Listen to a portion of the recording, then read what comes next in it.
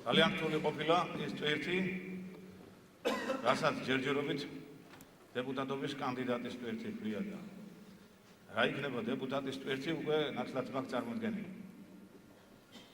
მე მინდა უღრმესი მადლობა მოვახსენო ოზურგეთის საზოგადოებას, თითოეულ თქვენთაგანს, ვინც აქ მოვბრძანდით.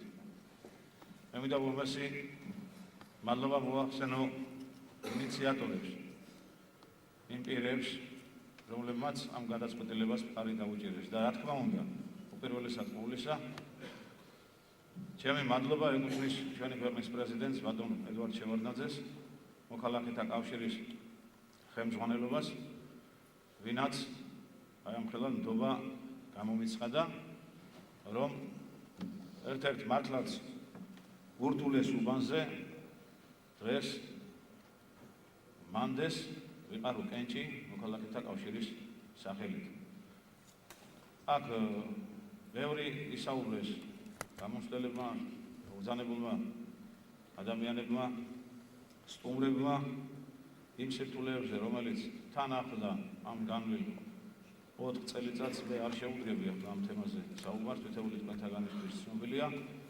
ეხლა ყველაზე მთავარი ის არის, რაც გავაკეთებთ ჩვენ მომავალში იმისთვის, რომ აღარ გამეორდეს ის შეცდომები, რა შეცდომებზეც აქ ხაზგასმით ითქვა. ფაქტიურად სრულიად ახალ სფეროში ვცდი ძალას და მე დარწმუნებული ვარ, რომ როდესაც ამ გადაწყვეტილებას ვებულობდით, მე განსაკუთრებული ძალა და ენერგია მომანიჭა იმ გარანტიებმა, რომელი გარანტიებიც მე მივიღე ჩემი მეგობრებისგან, მოქალაქეთა კავშირის ხელმძღვანელებისგან, იმ გუნდისაგან, რომელიც აღმასრულებელ ხელისუფლებაში ხელმძღვანელობს და ფაქტიურად ფლობს ეკონომიკურ ბერკეტებს.